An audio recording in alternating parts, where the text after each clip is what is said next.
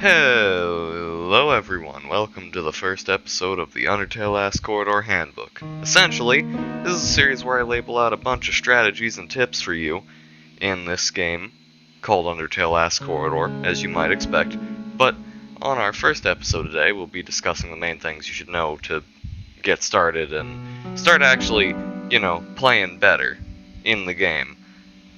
Number one on my list of tips here is giving up really isn't a good option. Simply giving up from any fight, or even giving up and switching servers before the fight even starts because you're scared of their win count isn't a good idea. You can still get EXP if you lose. You get 20 EXP per kill of Sans, and if they kill you while you're Sans, you might even get Kara EXP. So it's fine if you lose, really.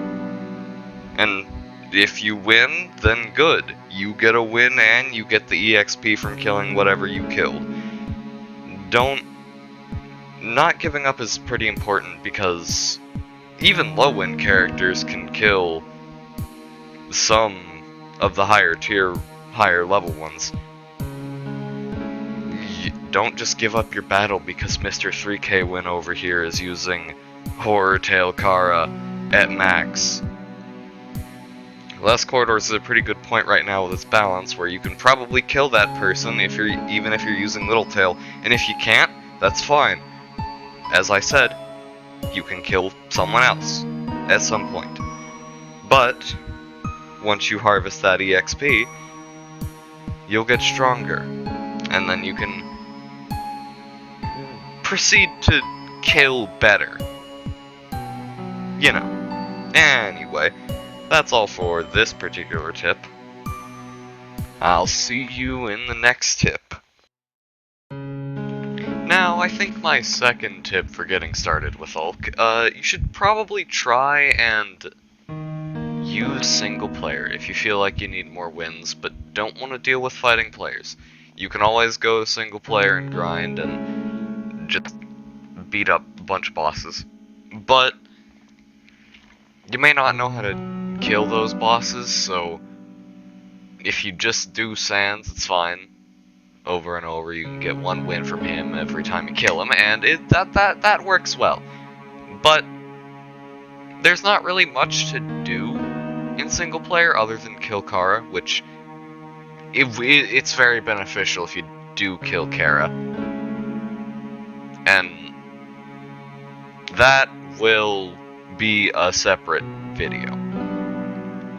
But you can always use single player for getting wins if you feel like you aren't winning anywhere. You can always get to whatever win count you please just by grinding Sans in the single player, or Fell Sans if you're better than me at single player. But that is a way to get wins, definitely, if you are struggling with it. So I recommend that if you don't want to deal with players being mean and using direct counters to your stuff. But in that case, that's all I have to say for this one, really. So I'll see you in the next tip. Now, our third tip here, use the skip button, please. It's there for a reason. It saves you like a minute of downtime during the game. I can understand if you're like opening loot boxes or something, but there's not really any reason not to press yes to the skip button, because, well, it just saves you time and everyone else time if you do it, so there's not really a reason to not. Very short one, but I think it's probably something you should definitely use if you're getting started. Anyway, on to the next one. Now, this one is for if you're more, like, really, really new to the game. Try to stand still every now and again, or at least on Sans team, this is about the stamina feature. If you stand still, you regain stamina, and it's not any rate to laugh at either, and that will charge stamina regen for while you're walking. So if you're pretty sure that the players aren't going to hit you, you can stand still. To be honest, even if they are going to hit you, you can afford to stand still if you have higher stamina, but you will take a lot more stamina damage if you do stand still and get hit. So it's kind of a trade-off, basically. But if you don't use that, you're just going to lose the sands repeatedly, and you're going to die a lot, and it's not going to be a very fun time for you in this game we call Undertale Last Corridor. Anyway, on to the next one.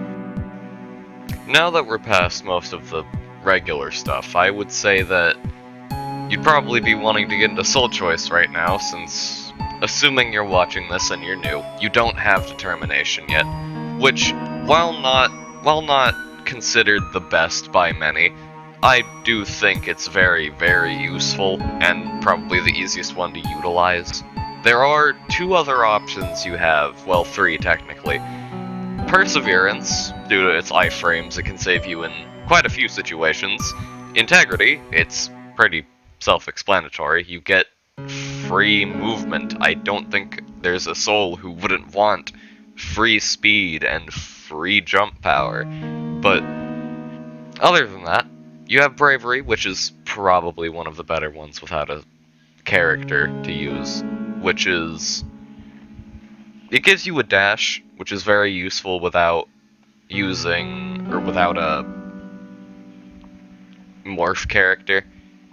And once you use that, it's probably gonna be very helpful, because it also increases your attack speed and damage, which can be very useful if someone's using, say, Papyrus or Disbelief Papyrus, and you don't have Determination to use.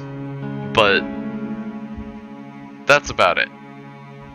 Anyway, I guess I'll move on to the next one. So, my final tip here is just try to not just feel bad if you're not getting a lot of EXP per round, because you'll get it eventually. Any progress is progress. Being mad or disappointed at only getting like one or getting no kills at all is acceptable, but if you're getting one kill, don't complain.